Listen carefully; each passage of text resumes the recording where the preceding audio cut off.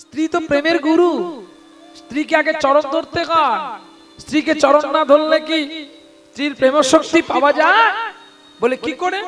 তুমি জানো না বাগবাজারে কৃষ্ণচন্দ্র রাজার কথা শোনোনি? একটা মেয়ের কথা শুনে তার চৈতন্য হয়েছিল। হুগলি জেলায় কামারপুকুরে রামকৃষ্ণ পরমহংসদেব যে সারদার পায়ে পুষ্প আর বেল্লপত্র অর্ঘাতিত করত, আর কি বলতো জানো? আমার জানতে ইচ্ছে করে মাগো, জানতে ইচ্ছে করে সৃষ্টির আগে তোমায় ডাকতো কি নাম ধরে, ডাকতো কি নাম ধরে মাগো, জানতে ইচ্ছে করে আমায় জানতে ইচ্ছে করে মাগো, জানতে ইচ্ছে করে আমায়, জানতে ইচ্ছে করে মাগো, জানতে ইচ্ছে করে। প্রেম যদি দিলি আমার এই অন্তরে, ক্রোধী কেন দিলে আবার তাহার ভিতরে?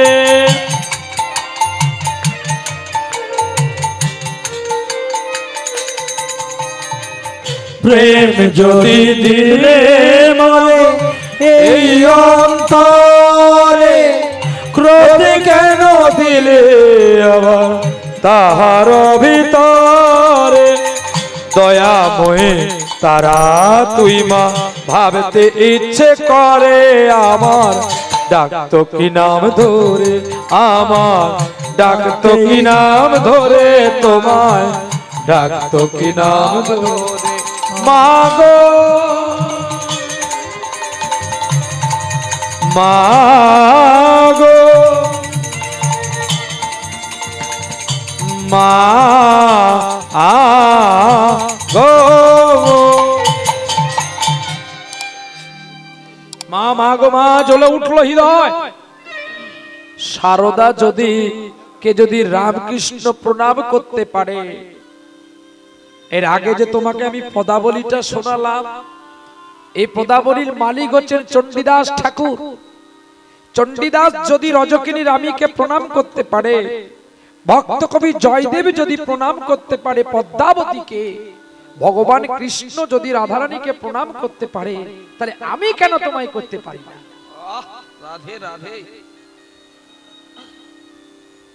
আমার চোখের মনি কালো ভুলে মাকে বলি কালী, আমার চোখের মনি কালো বলে মাকে বলি কালী। আমার চোখের মনি কালো বলে মাকে বলি আমি কালে। আমার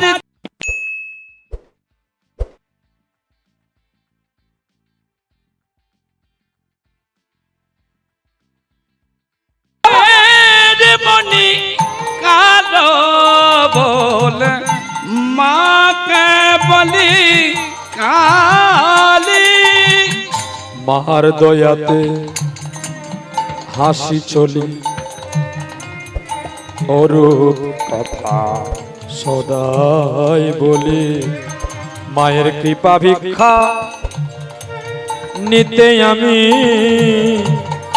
মা সেজেছে ওই করালি আমার চোখের মনি কালো বলে মাকে বলি কালী। আমার চোখের মনি কালো বলে মাকে বলি কালী। মাগো মা গো মা গো রাগ ভীম পলসী আমার চোখের মনি কালো ফুল মাকে বলে কালে মার দয়াতে হাসি খেলি অরূপ কথা সদাই বলি মায়ের কৃপা ভিক্ষা আজ নিতে আমি আমার মাসে গেছে ওই করালি আবার চোখের মনি কালো বলে মাকে বলি কালি আমার আমার চোখের মনি কালো বলে মাকে বলি কালি আমার মাকে বলি কালি আমার মাকে বলি কালি মামা বলে যখন মানিকলাল লুটিয়ে পড়ল সাধনার চরণে তখন সাধনা উল্টো সুরে বলে উঠল যাও যাও আপনি মন্দিরে যাও এও ভীম পলসী শুধু স্টাইলটা আলাদা যা যা যা রে যা রে যা রে আপনি মন্দিরে বাজা যা রে আপন মন্দির বাজা রে আপনি যা যা যা রে আপন মন্দিরে যা যা যা রে শাসনাই মনে দুনিয়া রে আপন মন্দিরে বাজা যা রে ধানি পানি পামা দাপা মাপা গাগরে রে সাসা আপন মন্দিরে নিদ পামা গানি দাপা মাপা দাপা গারে সাসা আপন মন্দিরে সাসানি নি দাদা পাপা মামা গাগরে রে সাসা আপন মন্দিরে বাজা যা রে सदा रंगाओ मैं तो सदा रंगाओ मैं तो आया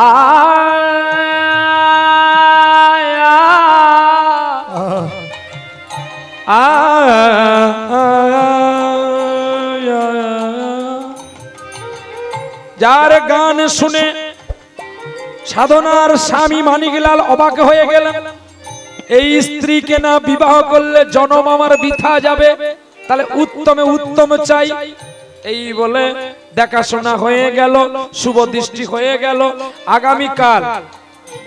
আগামীকাল নয় আমি বিবাহ করব আগামী কাল বলতে নেই আগামী দিন এই বলে আগামী দিন বিয়ের আয়োজন করলো গো কিন্তু মানিকলালের কাছেই আমার সাধনার বাবা জড়িয়ে ধরে বলছে তুমি যে কালকে বিবাহের আয়োজন করলো আমি তো কিছুই জানি নাই বলে কিছুই আমার লাগবে নাই সব হয়ে যাবে পরের দিন সকাল বেলায় গাত্র হলুদ ছেলের বাড়ি গেল ছেলে গাত্র হলুদ মেখে ফিরাইয়া দিল সেই তেল হলুদ আসিল নিজের ঘরেতে আনন্দেতে মাকে সাধনা মনের সুখেতে স্নান করিয়া আসি দেখো নিজের ঘরে বইছিল সবাই উলুধ্বনি দিয়ে সাধনা জানালো হুনহুনা রে হুনহুনা রে হুনহুনা হুনহুনা রে হুনহুনা রে হুনহুনা হুনহুনা রে হুনহুনা রে হুনহুনা হুনহুনা রে হুনহুনা রে হুনহুনা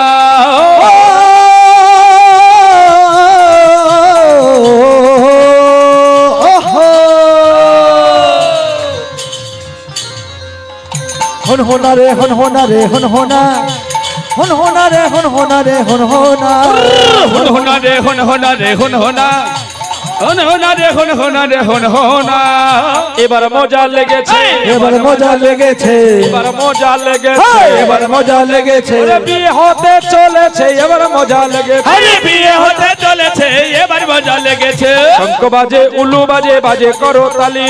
শঙ্খ বাজে উলু বাজে বাজে করো তালি আচ্ছা আপনাদের কি বেলিয়ায় বিয়ে টিয়ে হচ্ছে? তাহলে আপনারা উলু দিলেন কেন? আমি বলছি আপনাদের উলু দিতে, আমি আমার লীলা করছি বাঁকুড়া জেলাতে, বাঁকুড়া জেলার লোক উলু দেবে, তাহলে বেলিয়া 24 মানুষ কেন উলু দেবে? আছে? হ্যাঁ বলো বাবা। ও তাহলে আপনারাও বাঁকুড়ায় পৌঁছে গেছেন?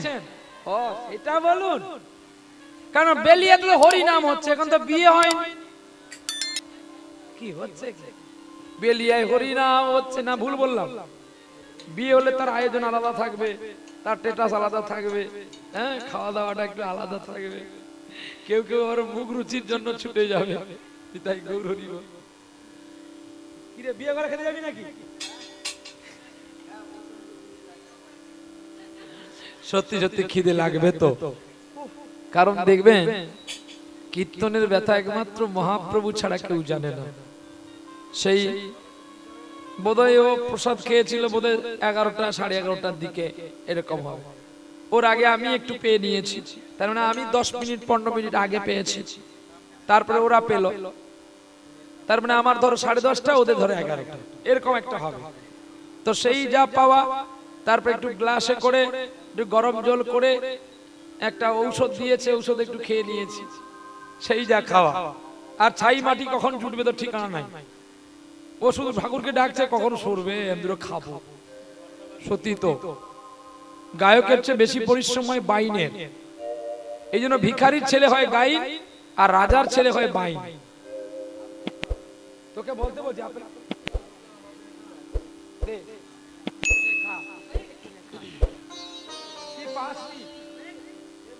এটা ভালো রে,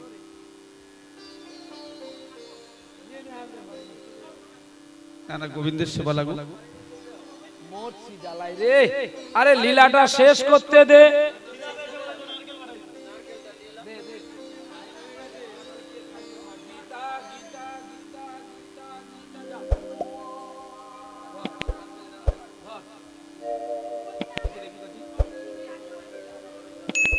আগে বলো মা,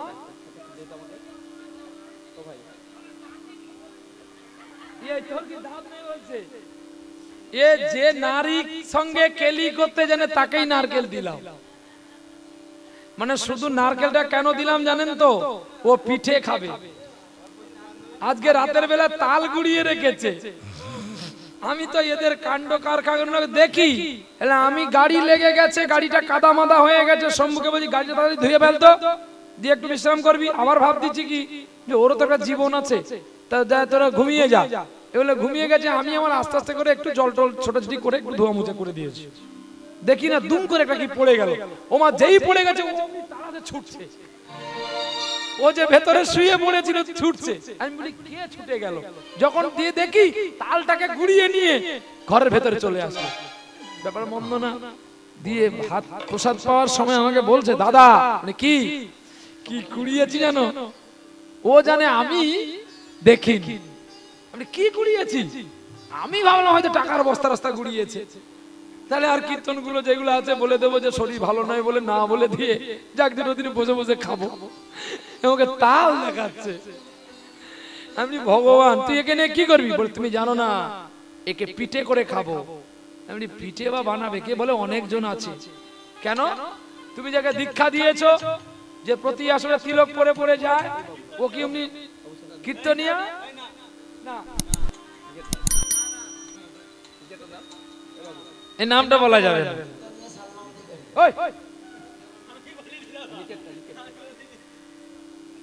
আমার বলতে নেই, এই যে একটা কীর্তনিয়া তো, তবে ও তো গর্ব যে মাছ ছাড়া ভাত খেত না, বিরিয়ানি ছাড়া চলতো না, আজকে সেও তো প্রসাদী হয়েছে, ওটা তো আমার গর্ব। একজনকেও তো আমি প্রসাদী করতে পারলাম। আজ আলবাদ সত্য, এরা বাড়ি গিয়ে মাছ খেলো কি মাংস খেলো কি ডিম খেলো কাঁকড়া খেলো এটা আমি দেখি না। কেন না কে কি কোথায় কে খেলো আমার দেখার দরকার নেই, তবে চিরসত্য আপনার সারা 24 পরগনা খোঁজ নিয়ে দেখে নেবেন, এরা যতক্ষণ আমার সঙ্গে থাকে এরা কোনোদিন নোংরা খাবার খায় না। আমি যদি আলু সেদ্ধ অন্ন গোবিন্দকে দিয়ে পাই তাও ওরা পায়, তাও আবার নিজে হাতে আমাকে হাত পুড়ে রান্না করতে হয়, রান্না করে এদেরকে ডাকি উঠে পড়, ভোগ দিয়ে দিয়েছি দুটো খাবি উঠে পড়, উঠে পড়। তবে হ্যাঁ এদের একটা সকালবেলা একটা রোগ আছে কি একটু চা দিতে হবে, একটু চা দিয়ে দাও, দিয়ে তুমি তোমার রান্না করো ব্যাস। কিন্তু প্রতিদিন সজনে ডাঁটা চাই, এটা আমাদের দিতে হবে। 500 টাকা সজনে ডাঁটা হয়েছিল, আমি তাও কিনে নিয়ে এসে খাইয়েছি। সজনে ডাঁটা ছাড়া আমরা খাবো না, আমাদের দিতে হবে। হ্যাঁ নিতাই গৌর হরি বলো, প্রেম সে বলো রাধে রাধে। তাহলে বিয়ে করে যাই নাকি? তাহলে বিয়ে করতে গেলে যৌতুক দিতে হবে না শুধু উলু দিবেন? আগে সোনার হার দিতে হবে গো। কি গো, কে সোনার হার দেবে? হ্যাঁ মা বলছে বাবারে দাম অনেক, কি করে দেব? কেন? যদি তোমরা গলায় না দিতে পারো কানে তো দিতে পারবে। কি গো, কৃষ্ণের নাম করনে কে আর শোনাবে, পিঞ্জরা ছাড়িয়া একদিন। কি গো, কানে তো দিবি তোরা, গলায় নাই বা দিলি, কানে তো দিতে পারবি কৃষ্ণের নাম। এর চেয়ে কোন সোনার জগতে আছে? কি গো, যে সোনা পড়লে ভয় থাকবে আর কৃষ্ণ নাম শুনলে জীবের সব পাপ দূরে চলে যাবে। হুনহুনা রে হুনহুনা রে হুনহুনা, হুনহুনা রে হুনহুনা, হুনহুনা রে হুনহুনা রে হুনহুনা, হুনহুনা রে হুনহুনা রে হুনহুনা, হুনহুনা রে হুনহুনা রে হুনহুনা, হুনহুনা রে হুনহুনা রে হুনহুনা।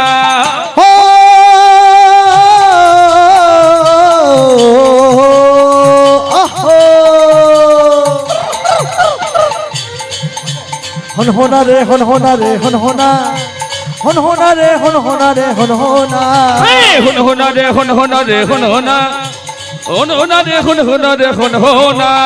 পালকি চলে গগন তলে, হুনহুনা, পালকি চলে গগন তলে, হুনহুনা, অরুণ তলে তরুণ তলে, হুনহুনা, এবার মজা লেগেছে, এবার মজা লেগেছে, এবার মজা লেগেছে, এবার মজা লেগেছে, যেন পালকিতে এবার চলেছে, এবার মজা লেগেছে। আরে পালকিতে এবার চলেছে, এবার মজা লেগেছে। হুনহুনা রে হুনহুনা রে হুনহুনা, হুনহুনা রে হুনহুনা রে হুনহুনা, হুনহুনা রে হুনহুনা রে হুনহুনা, হুনহুনা রে হুনহুনা রে হুনহুনা। দেখো শঙ্খ বাজে উলু বাজে, বাজে করো তালি, শঙ্খ বাজে উলু বাজে, বাজে করতালি। আবার মাঝে মাঝে বেজে ওঠে সানাইয়ের ধ্বনি, আরে মাঝে মাঝে বেজে উঠে সানাইয়ের ধ্বনি। আ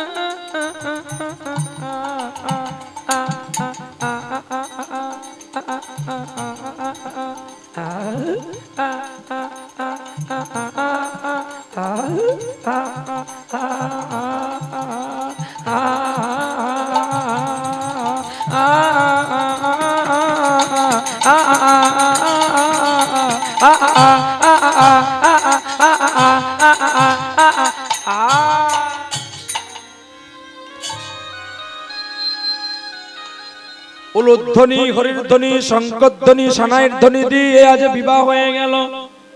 পরের দিন সাধনায় আমার ধীরে ধীরে পালকিতে শ্বশুর বাড়ি গেল। দেখিতে দেখিতে দেখো 6 মাস যায়।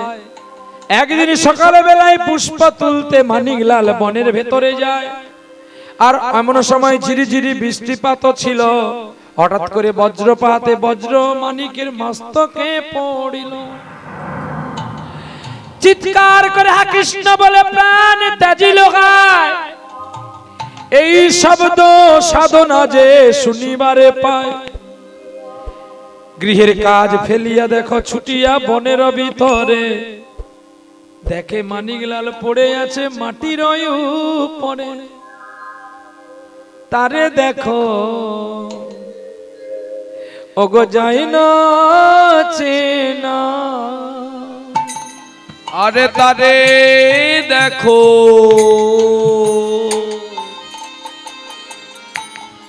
যায় না চেনা। পুরো গৌর বর্ণ কালো হয়ে গেছে।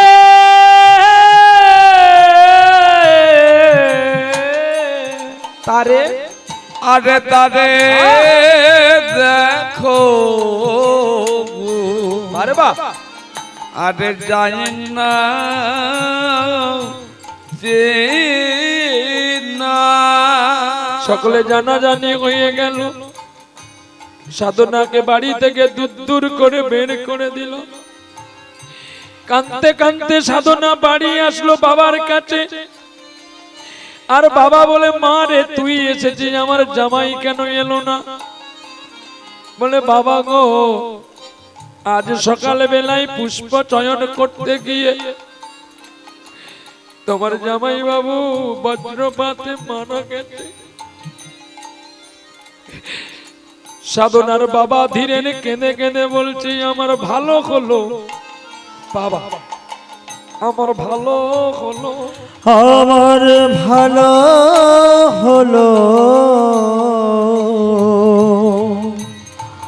ভালো হলো। সাধনা বলছে বাবা গো আমার আমার স্বামী চলে গেছে, তোমার ভালো হয়েছে কেন বলছো?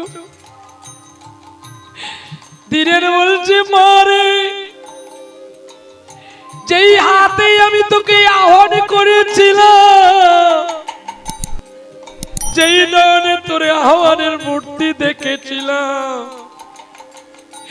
আর আমাকে বিসর্জনটা দেখতে হলো না। তার আগেই আমার গোবিন্দ আমার নয়ন দুটি নিল কেড়ে, আমার নয়ন মনি নীল কেড়ে। আর বিসর্জনের রূপ দেখতে হলো না রে, আমার নয়ন দুটি নীল কেড়ে। আর আমার বিসর্জন দেখতে হলো না। তাদেরকে সাধনা যে একদিন বাবাকে বাধা দিয়েছিল মাই ধরতে মানা, আজ সাধনা নিজেই গেল মাছ ধরিতে। আজ নিজেই গেল মাছ ধরিতে। মানুষ কখনো কাকে নোংরা পথে নিয়ে যায় জানো? যখন নিরুপায় হয়ে যায় তাকে তো বাঁচতেই হবে। তাই কোন দিন মানুষকে সেই খারাপ পথ নিতে হয়। সাধনা লোকের জাল নিয়ে মাছ ধরে বাজারে বিক্রি করেছিল, আর বিক্রি করে একটা ভালো জাল কিনে নিল। নিজে একা একা মাছ ধরে বাজারে বিক্রি করবে। পরের দিন মাছ বিক্রি করে একটা দাঁড়ি কিনলো, কিন্তু বাট পেল না। সাধনা কাঁদতো আর জাল দিত, আর গোবিন্দকে বলতো গো দয়াময় আমি জানি তুমি দুঃখ দিতে প্রতিটি মানুষকে ভালোবাসো, কিন্তু তুমি তো সবাইকে সব দিয়েছো গোপীনাথ, আর আমাকে দিয়েছো শুধু দুঃখের খোঁজ। দুঃখ যদি কোনোদিন বিক্রি করা যেত আমি হয়ে যেতাম ধনী গো।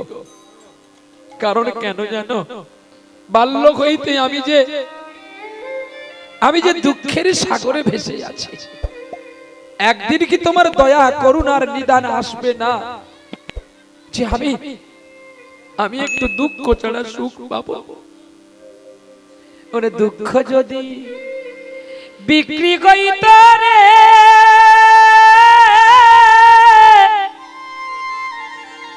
আমি হইতাম রে ধনী,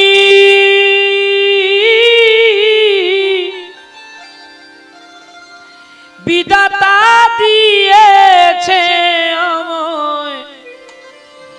আমায় দুঃখের খনি রে, দুঃখের খনি।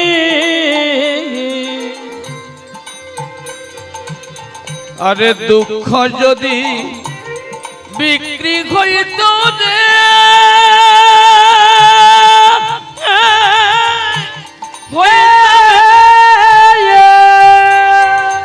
আমি হইতাম ধনী, বিধাতা দিয়েছে মোরে দুঃখের খনি রে, দুঃখের খনি। সাধনা জাল দিচ্ছে, আর জালে উঠলো কি জানো, একটা কালো পাথর, কি সুন্দর দেখতে চকচক করছে।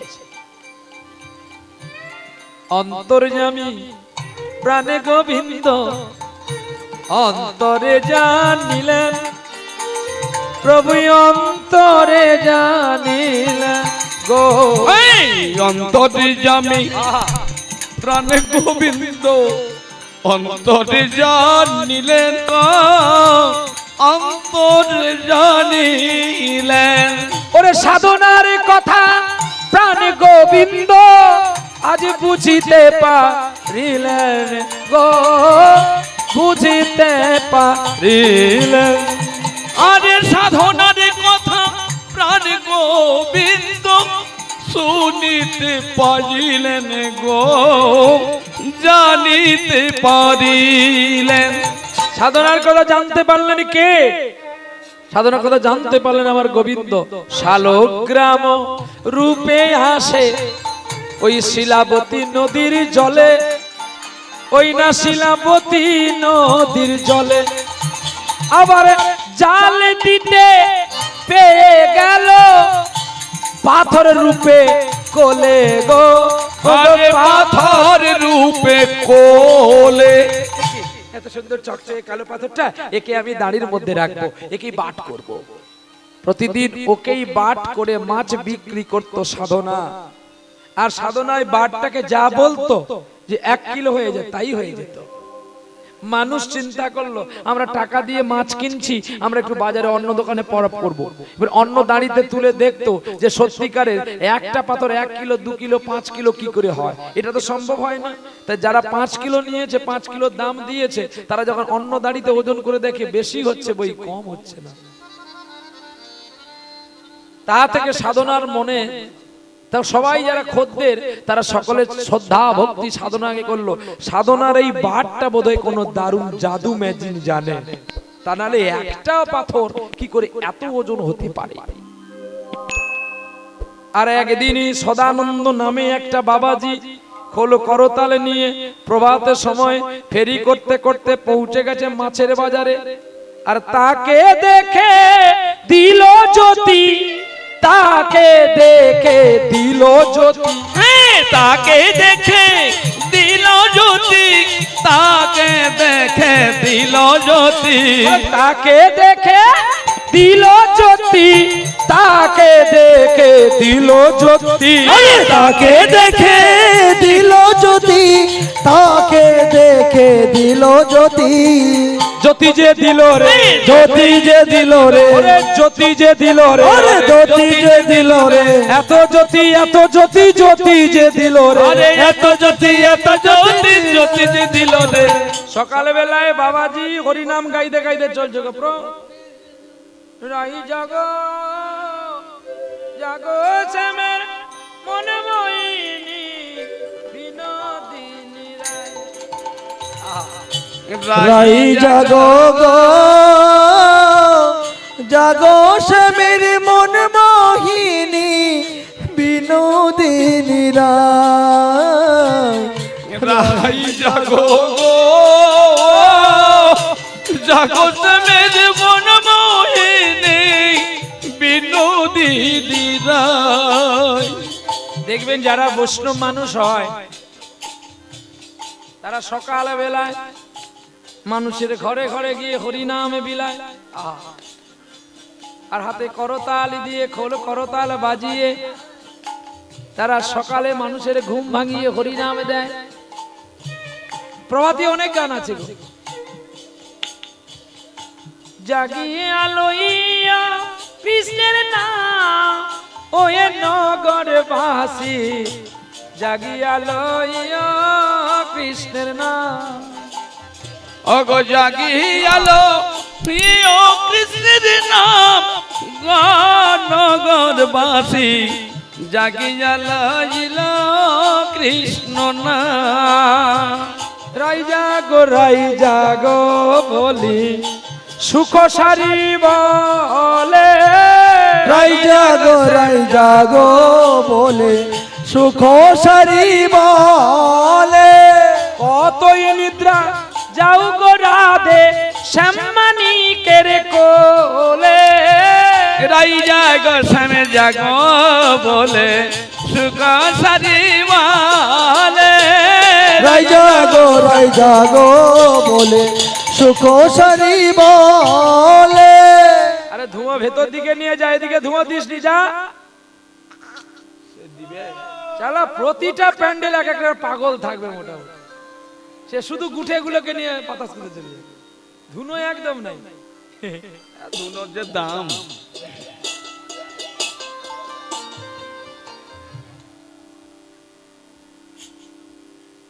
আরে গুঠের ধুঁয়োতে যদি মশা যেত তাহলে আর গুড নাইট কেউ ব্যবহার করতে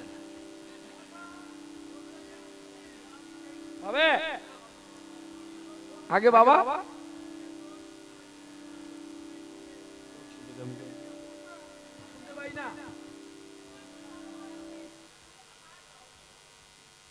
ঘুটে তো সারা জীবন আছে, আমি তো সেটা বলছি না, কিন্তু ঘুটের ধুঁয়োতে কি আর মশা যাবে বাবা? যাবে না, আমি সেটাই বলছি। তাহলে মশাকে তাড়াতে গেলে তার মশার মেডিসিন ব্যবহার করতে হবে কি না? আর নাহলে আমাদের কষ্ট হয় বাবা, তোদের যদি না বলি, তোর যদি না শুনিস, ধুঁয়ো দিবি, আমি না একটু দাঁড়িয়ে দাঁড়িয়ে গিয়ে দিয়ে পালিয়ে যাবো, কষ্টটা আমার হবে। যারা সঙ্গীত ব্যবহার করে তারা ধুঁয়ো সহ্য করতে পারবে না, ঠান্ডা সহ্য করতে পারবে না, বেশি চিৎকার করে কথা বলতে পারবে না, এই যে তাদের কণ্ঠেতে ধাক্কা লাগবে, এগুলো তাদের নিয়মাবলী। যেমন অধিক ধুলোবালি ঘাঁটতে পারবে না, তাদের অ্যালার্জি চলে আসবে, কণ্ঠশিল্পী যারা। আবার কেউ কেউ আছে তারা সব অভ্যাস করেই চলতে পারে, যেমন আমি ছোটবেলা থেকেই কোনোদিন ঠান্ডা খাবো না, ঠান্ডা জলে চান করব না। যেদিন ঠান্ডা জলে চান করবো পরের দিন আমার অবস্থা খারাপ হয়ে যায়। এখন এই গরমের দিনে আপনারা দেখবেন পাখা নিয়ে ঘুমান, আমি কোনোদিন পাখা নিয়ে না, আমার একটা বেড চাদর রাখতে হবে, আমি গায়ে দিয়ে ঘুমাবো। আর যদি বিশ্বাস না করেন দেখবেন আমার গাড়ির সিটের নিচে একটা ভালো নকশি কাঁথা রাখা আছে, কারণ এরা তো এসি চালায়, আমি আমার ঘুরে মুড়ে মরার মতো চুপচাপ বসে থাকলাম, সবাই জানবে আমি মারা গেছি, কিন্তু মরিনি, কারণ এসি গাড়ি তো, এসি যদি না ছাড়ি তো এরা তো আবার কষ্ট পাবে। আর এসি তো আমার কাছেই দুটো আছে, আর তার কাছে দুটো চারটা, তাহলে চারটা যদি আমাদের কাছ থেকে বের হয় তাহলে আমার কত ঠান্ডা লাগবে। কাঁথা ঘুরিয়ে বসে থাকলাম, তোর এসি নিয়ে না, চুপ করে বসে আছি। কখনো কখনো পুলিশ আমাদের গাড়ি দাঁড় করিয়ে বলে মনে হয় ডেড বডি যাচ্ছে, আমি মুখ টুক সব বন্ধ করে বসে থাকি, এটাই আমার ধারা। আমি ঠান্ডা এবং ধুঁয়ো এবং অধিক কথা আমি সহ্য করতে পারি না, আমার কষ্ট হয়, আমার গলার ভোকাল কর, আর বেশি রাত হয়ে গেলে গলার ভোকাল করে বসে যায়। ব্যাঙ্গালোর গিয়ে দেখিয়ে আসলাম, বলছে রাত গভীর হয়ে গেলে গান গাওয়া বন্ধ, কিন্তু কি করব, না মেনে কি আর বেলিয়ার বাবু সোনা ছাড়বে? করতে তো হবে। তবে সোনা বাবা তোরা আয়, আমার কতক্ষণ টাইম আমি তো জানি না, 12:10 হয়ে গেছে, কারণ আমাকে তো বলতে হবে, আর 10 মিনিট কি 20 মিনিট আমাকে টানতে হবে, বলে দিলেই হয়। চলো তাহলে সকাল বেলায়, হ্যাঁ মা কি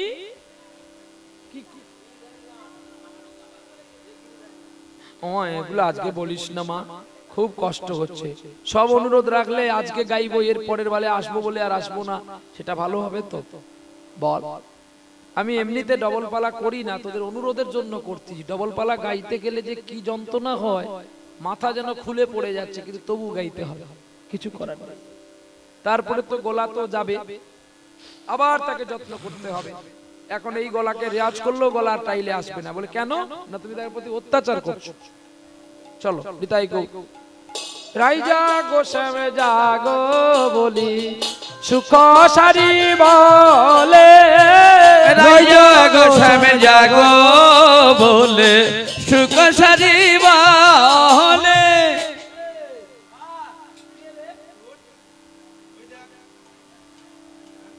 সবাই দেখো দেখতে আছে, সবাই দেখো দেখতে আছে, সাধনার দাড়ির পাল্লাতে।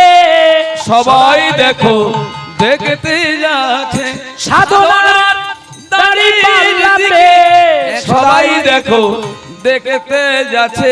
ওরে কালো কালো চক চক করেছে, দেখতে আছে। সদানন্দ গান গাইতে গাইতে সেখানে পৌঁছে গেলেন। হরে কৃষ্ণ কৃষ্ণ কৃষ্ণ হরে হরে, হরে রাম রাম রাম হরে।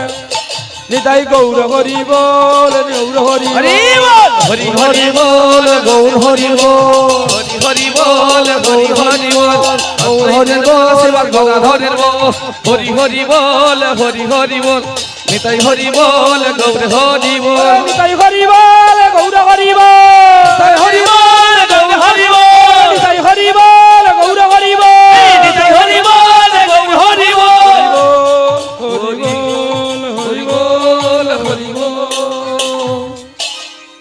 সাধনা, তোমার বাড়িতে আজকে সকালবেলায় নাম দিলাম, তুমি ভিক্ষা দাও।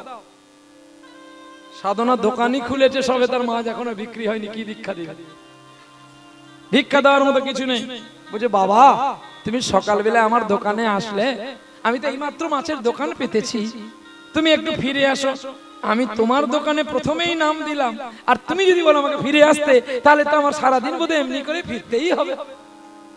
কিন্তু বাবা আমি তো নিরুপায়, আমার তো কিছু নেই। আছে, আমার আছে। হ্যাঁ তোমার আছে, তোমার আছে, যদি তুমি দেবে বলো তাহলে আমি তোমাকে চাইবো। বলছে বলো বলো বাবা, দেখো আমি যা চাইবো তুমি দেবে তো? দেখো আমার যদি সাধ্যের মধ্যে থাকে আমি নিশ্চয়ই তোমাকে দেব। বাহ, চেয়ে বসলেন। তোমার এই কালো পাথরটাই আমায় দাও না গো।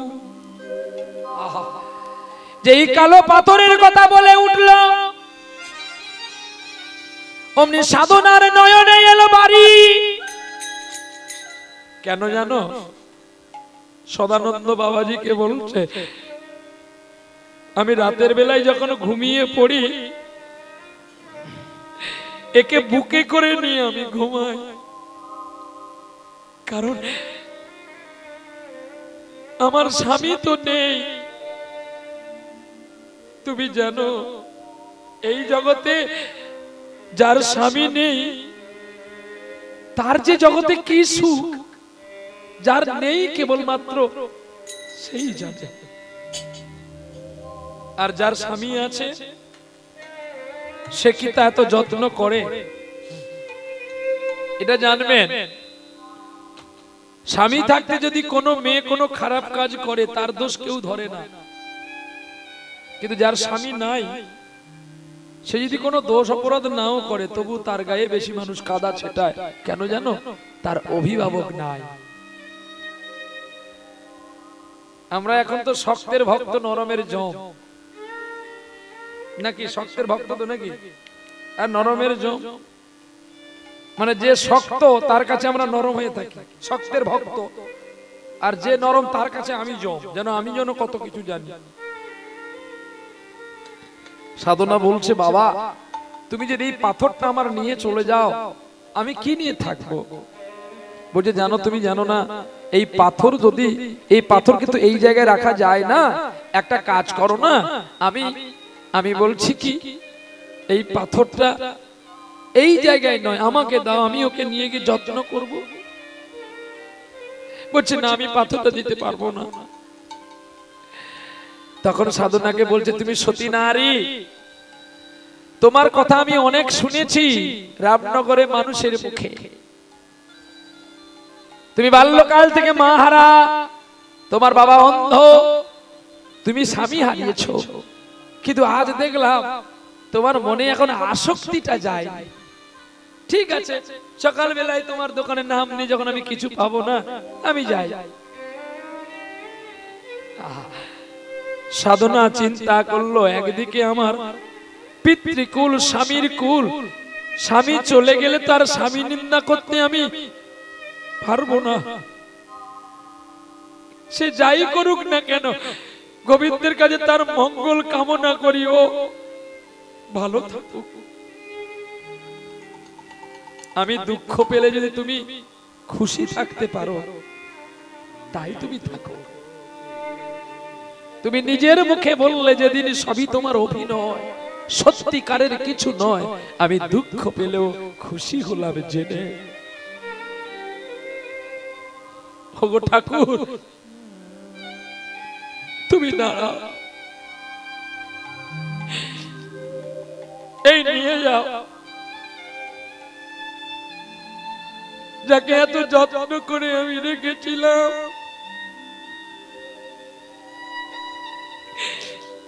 তুমি নিয়ে যাও, একে নিয়ে যাও। সাধনার আর মাছ বিক্রি হলো না, সব মাছ পড়ে রইল। সদানন্দ পাথরটাকে নিয়ে গিয়ে শুদ্ধাদি করে সিংহাসনে রাখলো। দৈববাণী হয়ে গেল সদানন্দকে, আমি তো ভালো ছিলাম, তুই কেন আনলি? নিয়ে চল আমাকে, আমি আর থাকবো না। বলতে বলতে সদানন্দ কে বলল দৈববাণী হয়ে, যদি তুই আমাকে ওখানে না রেখে দিয়ে আসিস, আমি তোর সর্বনাশ করব। সদানন্দ বলতে, সর্বনাশ করতে আর গোবিন্দ তুমি বাকি রেখেছো কোথায়? আমি বিবাহ করব না বলেছিলাম, তুমি জোর করে আমাকে বিবাহ করালে। আর যে স্ত্রী আমাকে সদাই সন্দেহের চোখে দেখে, আমি হরি নাম বিতরণ করি বলে আমার কাছে সবাই আসে। আমার এত বড় মন, সবাই বলে গো, কিন্তু আমি যে বড় দরিদ্রের ধন। জানো জানো গোবিন্দ, আমাকে সবাই ভালোবাসে যেমন, আমাকে প্রতিটা মুহূর্তে আঘাত করেও তেমন। আমি তো সবার কাছে যাই, কিন্তু হৃদয়টা তার সবাইকে দিতে আমি পারি না, জানো। তাই আজ আমি বড় অসহায় হয়ে গেলাম। তুমি আমার কি ক্ষতি করবে করে নাও, আমার দুঃখ নেই। বলে, আমি তো স্ত্রী পুত্র পরিজনকে মারবো। বলে, এগুলো তো তোমার, আমার নয়। তুমি কদিনের জন্য আমাকে দায়িত্ব দিয়েছো আমার কাছে রাখবার জন্য, আমি রেখেছি। এবার তোমার কাছে তুমি নিয়ে নাও, আমি হালকা হয়ে যাই। বাহ! সদানন্দ কেঁদে উঠলেন। এদিকে তার দুই পুত্র মারা গেল, স্ত্রী মারা গেছে। সবাই মিলে সদানন্দকে আঘাত করছে, তোর স্ত্রী মারা গেল, তোর পুত্র মারা গেল, তোর একটু চোখে জল নেই? বলে উঠল, এগুলো তো আমার নয়, তাই আমি কাঁদবো কেন? এগুলো যদি আমার হতো তাহলে আমি কাঁদতাম। রাধে রাধে। তাই সদানন্দকে দৈব আনিয়ে গোবিন্দ বলল, আমি তো অভিশাপে মারবো।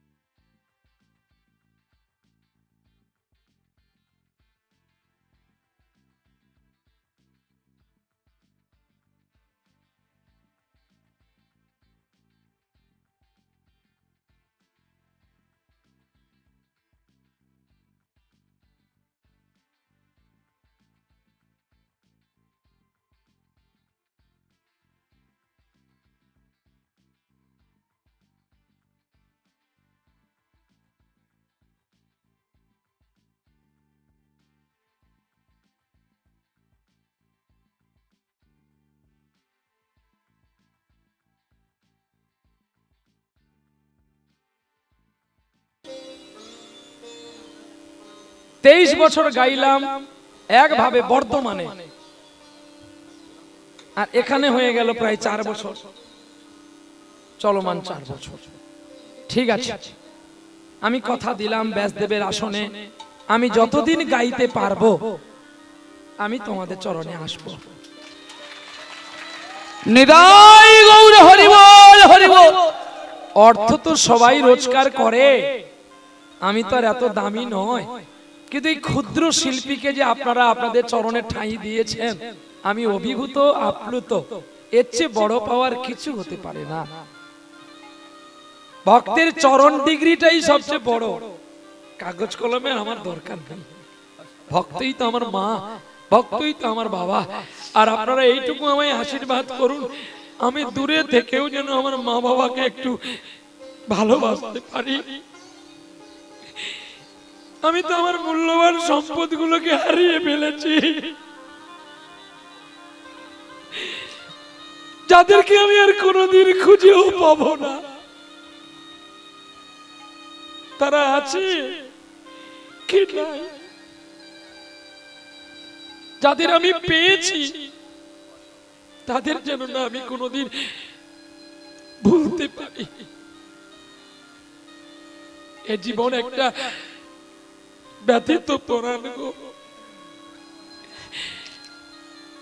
মানব জীবনের সব পায় গো, কিন্তু মা কি কেউ পায় না। হরি বল হরি বল। মা শব্দ যে কি অমৃত, যে হারিয়েছে সেই যন্ত্রণাটা অনুভূতি করতে পারে। তাই আজকে আমার মাতৃহারা যন্ত্রণাটা আপনারাই বুঝিয়ে দিলেন। এই বেলিয়ার হরিসভাতে আমি কথা দিলাম, আমি যতদিন থাকবো বেঁচে, যতদিন গাইতে পারবো আমি আসব। গাইতে না পারলেও হরিবাসরের দিনটা এসে একটু দেখে যাব। আর আমি যেদিন মারা যাব তোরা পারলে একটু আমার জন্য একটা প্রদীপের বাতি জ্বেলে দিবি, যেন আমি আবার কাঙালের ঘরে জন্ম হয়ে হরিনাম ফেরি করতে আসতে পারি।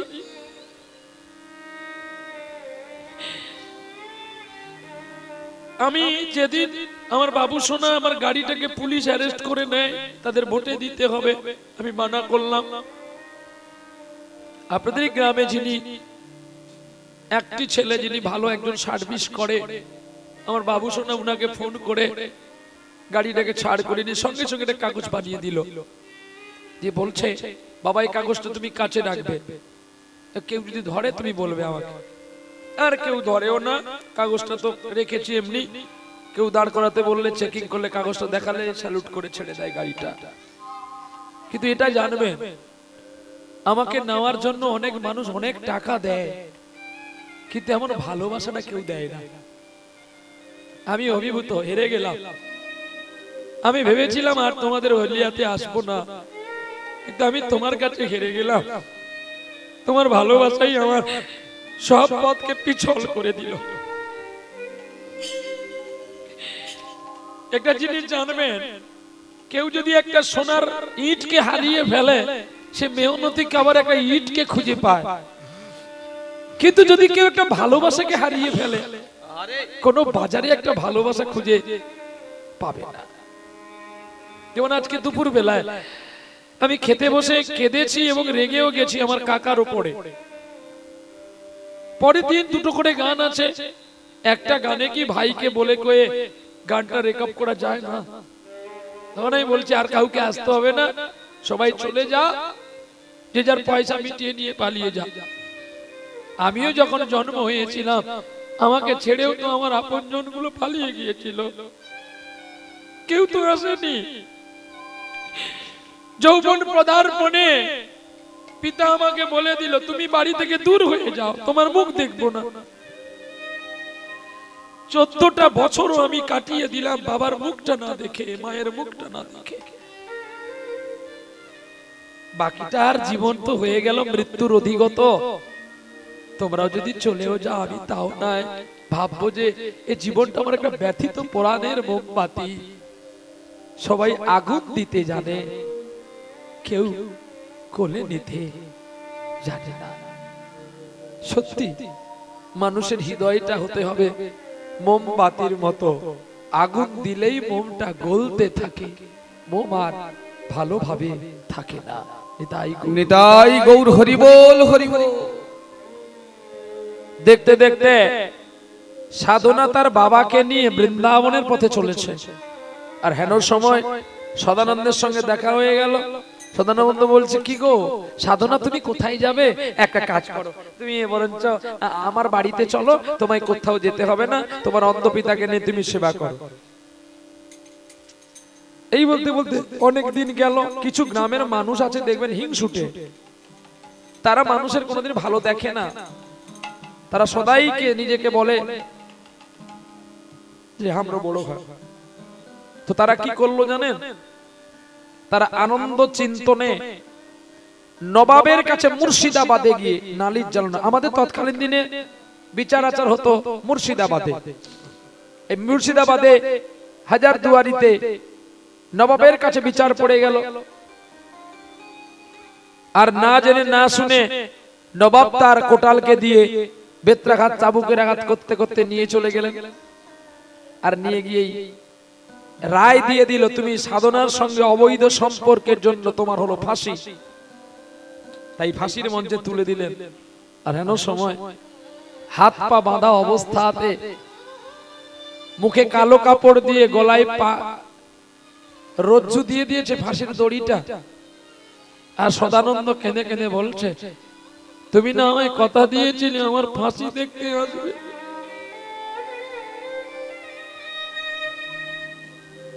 কই তুমি তো এখনো এলে না।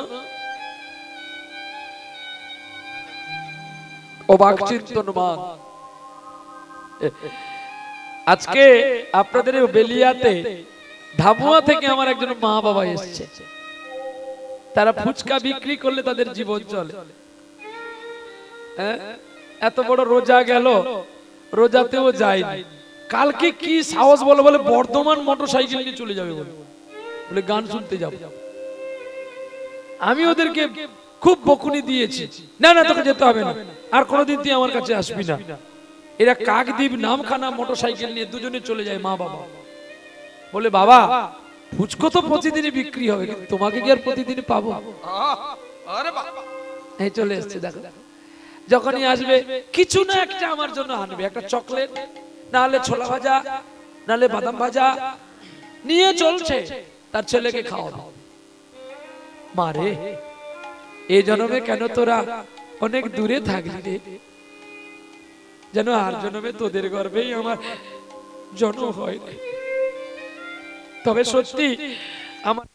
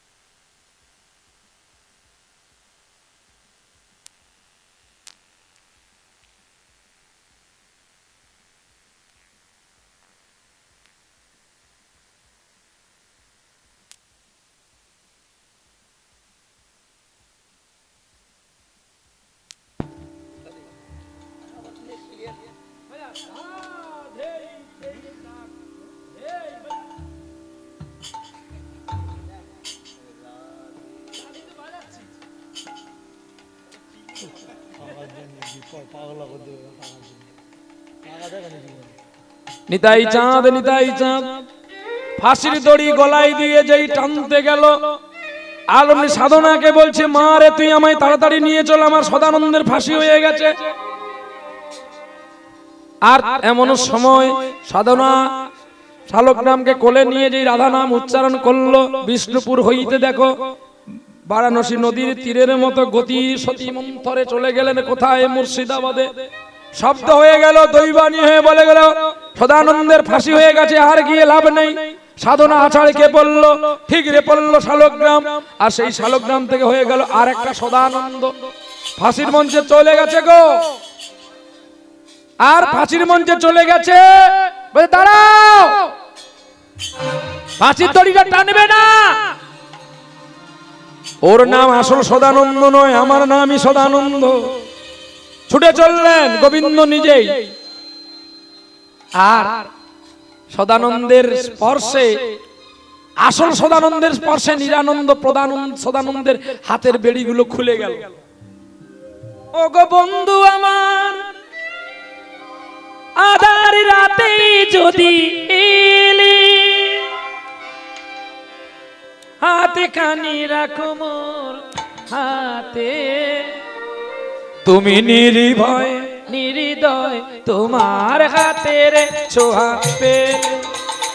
ওগো বন্ধু আমার, আধার রাতে যদি জেলে, হাতে খানি রাখো মোর হাতে, আমি নির্ভয় নির্দয় তোমার হাতের ছোঁয়া পেলে। ওগো বন্ধু আমার আধার রাতে যদি এলে, নয়নে দেখিনি আমি তোমারে, কেঁদেছি কৃষ্ণ নামের সুরে। নয়নে দেখিনি আমি তোমারে, কেঁদেছি কৃষ্ণ নামের সুরে। ও গো বন্ধু বন্ধু, তোমার প্রেমের সুধা রাখিলে আমার দুটি নয়নে, হাতে খানি রাখো মোর হাতে, আমি নির্ভয় নির্দয় তোমার হাতের ছোঁয়া পেলে। ও গো বন্ধু আমার, আধার রাতে যদি এলে। ভগবান গলা থেকে দড়াটা খুলে নিয়ে নিজেই পড়ে নিলেন। আর সদানন্দ বলছে, কে তুমি? আমি তোমাকে চিনতে পারলাম না। শঙ্খ চক্র গদা রূপ দেখালেন, সঙ্গে সঙ্গে বলে উঠল, আমার হিয়ার মাঝে লুকিয়েছিলে, দেখতে আমি পাইনি তোমায়, দেখতে আমি পাইনি। বাহিরি পানে চোখে মিলেছি, বাহিরি পানে আমার হৃদয় পানে চাইনি আমার। হিয়ার মাঝে লুকিয়েছিলে,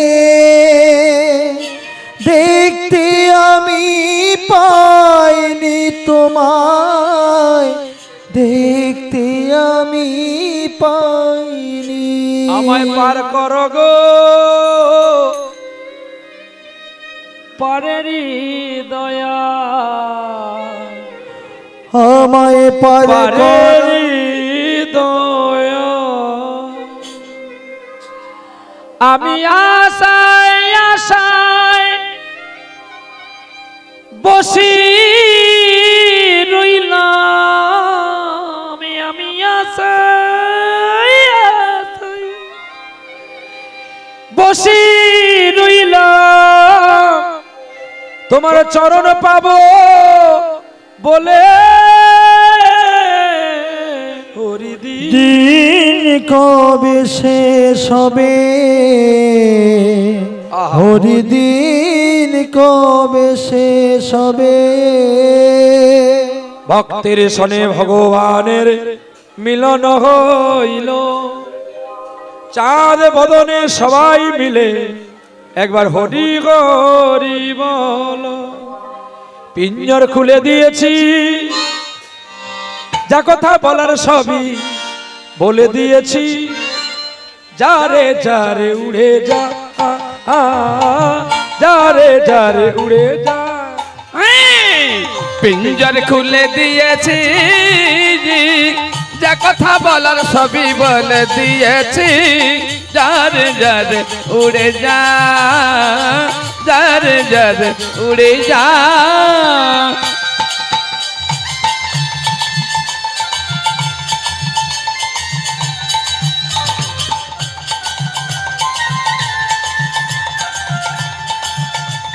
হরে কৃষ্ণ হরে কৃষ্ণ কৃষ্ণ কৃষ্ণ হরে হরে হরে রাম রাম রাম হরে হরে হরে কৃষ্ণ